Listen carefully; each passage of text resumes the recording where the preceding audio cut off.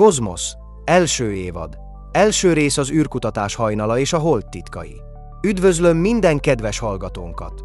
Ez a Kozmosz a Zaj Rádió új, űrkutatással foglalkozó műsora, ahol a végtelen univerzum titkaiba merülünk el, és együtt fedezzük fel a csillagok közötti világot. Ma az űrkutatás hőskoráról, a hold meghódításáról és a világegyetem lenyűgöző érdekességeiről lesz szó. Az emberiség mindig is a csillagokra tekintett, álmokkal és kíváncsisággal teli szíllel. Az űrkutatás története azzal kezdődött, hogy próbáltuk megérteni a fölöttünk elterülő végtelent.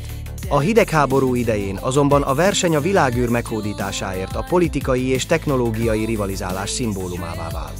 1957-ben a Szovjetunió fellőtte az első mesterséges holdat, a Sputnikot, amely megnyitotta az utat az űrkorszak előtt. Az Egyesült Államok sem akart lemaradni, és megkezdődött az űrverseny, amely a hold elérésével tetőzött. A hold mindig is különleges helyet foglalt el az emberi kultúrában és tudományban. 1969. július 20-án Neil Armstrong és Buzz Aldrin történelmet írtak. Az Apollo 11 legénysége elsőként lépett a hold felszínére. Armstrong híres szavai kis lépés egy embernek, de hatalmas ugrás az emberiségnek, örökre bevésődtek az emlékezetünkbe.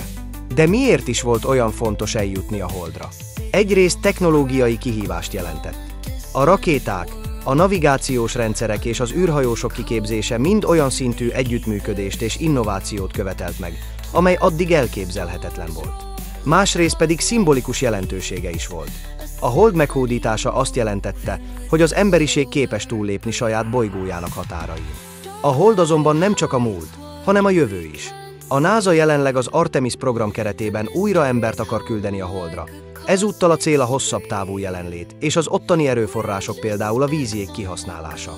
Az emberiség célja nem csak az, hogy visszatérjünk, hanem hogy ott is maradjunk. De nem állunk meg itt, hiszen a világegyetem tele van rejtélyekkel. Gondoljunk csak a fekete lyukakra.